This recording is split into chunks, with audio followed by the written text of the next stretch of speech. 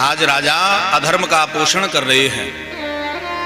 तो दुर्योधन पांडवों को लाक्षा भवन में जलाने का षड्यंत्र कर रहा है। विदुर जी को पता लगा तो विदुर जी राजा के पास में आए। राजन, मैं आपसे कुछ बात करना चाहता हूं। अच्छा विदुर जी बताओ। देखो राजन, ये पांडव तुम्हारे भाई के पुत्र हैं, आप इनके साथ में ऐसा अन्याय न करिए। राजन, अन्याय की बेल कभी हरी भरी नहीं होती, अन्याय की बेल पर कभी फल नहीं आते हैं महाराज। हाँ, इसलिए राजन अभी भी समय है, संभल जाओ। ये जो दुर्योधन है ना, तुम्हारे वंश में कलंक बन करके पैदा हुआ है।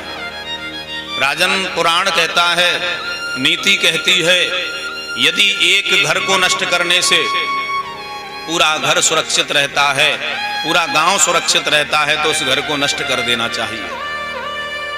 एक व्यक्ति के कारण यदि पूरा परिवार पतन की ओर जा रहा हो तो उस व्यक्ति का त्याग कर देना चाहिए। राजन, ये जो दुर्योधन है ना, वो भयंकर महाराज कैंसर का फोड़ा बन करके पैदा हुआ है। देखो राजन, यदि हमारे शरीर के किसी अंग में कोई फोड़ा हो जाए और खूब उपचार करावें परंतु वो ठीक ना हो रहा हो तो डॉक्टर क्या कहता है, बोले इस अंग को ही कटवा दीजिए। अंग को कटवाने से कम जीवन तो सुरक्षित रहेगा। यदि अंग को नहीं कटवाओगे तो जीवन से हाथ धोना पड़ेगा। तो राजन, समझदार वही है जो उस अंग को कटवा दे। तो राजन देखो, ये जो दुर्योधन है ना, वो तुम्हारे परिवार में कलंक बन करके उत्पन्न हुआ है और इसी के कारण पूरा परिवार पतन की ओर जा रहा है। राजा को समझा रहे हैं विदुर जी। दुर्योधन ने ये बात सुनी है तो क्रोधित हो गया और आकर के महाराज विदुर जी को उल्टा सीधा बोलने लगा। अरे दासी के पुत्र, मेरी कृपा से तुझे मंत्री का पद मिला और मेरे ही खिलाफ तू मेरे पिता को भड़का रहा है, जाओ यहां से निकल जाओ। हाँ? देखो, यहां एक बात बड़ी सूक्ष्म है, बहुत समझने की है। कौरव और पांडवों में दोनों ही पक्षों में धर्म विद्यमान है, ध्यान देना। हाँ? कौरवों की ओर में विदुर जी के रूप में धर्म है, पांडवों के रूप में धर्मराज के रूप में महाराज युधिष्ठिर के रूप में धर्म है। दोनों ही रूप पक्षों में धर्म है, पर एक प्रश्न होता है, फिर जब दोनों ही पक्षों में धर्म है तो फिर कौरवों का पराभव क्यों हुआ महाभारत के युद्ध में? हाँ? महापुरुषों ने बताया, भैया दोनों के पक्ष में धर्म है परंतु दोनों में बड़ा अंतर है। क्या? धर्मराज युधिष्ठिर जो कह देते हैं पांडव उसी का पालन करते हैं और पांडव जो हैं धर्म के अनुरूप चलते हैं और कौरव विदुर रूपी धर्म को अपने अनुरूप चलाना चाहते हैं। इसलिए कौरवों का पराभव हुआ। जब हम धर्म के अनुरूप चलेंगे तो धर्म हमारी रक्षा करेगा और जब हम धर्म को अपने अनुरूप चलाने का प्रयास करेंगे तो धर्म हमारी रक्षा नहीं करेगा। धर्मो रक्षति रक्षता, धर्म की रक्षा करो, इसलिए तभी धर्म हमारी रक्षा करेगा। अब कई लोग महाराज तर्क देते हैं कि जानकी जी ने अपने धर्म को निभाया, रावण आया साधु का भेष बना करके, तो गृहस्थ का धर्म है भिक्षा देना। जानकी जी ने अपने धर्म को निभाया तो बदले में जानकी जी की रक्षा धर्म ने क्यों नहीं करी? रावण हरण करके ले गया। तो महापुरुषों ने कहा है कि रावण के घर में जाकर के रावण को ललकार रही है ना, ये जानकी जी के पास में किसका बल है? बोले धर्म का ही बल है, जो उस रावण के गढ़ में जाकर के, घर में जाकर के रावण को ललकार रही है।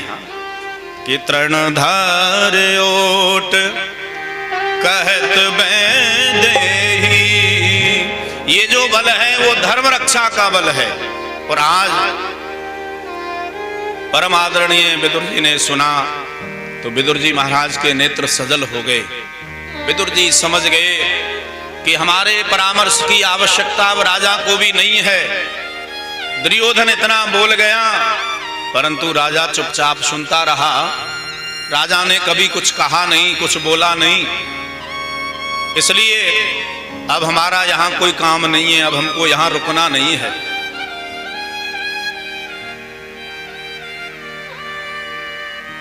आज परिपक्व हो गए हैं विदुर जी महाराज।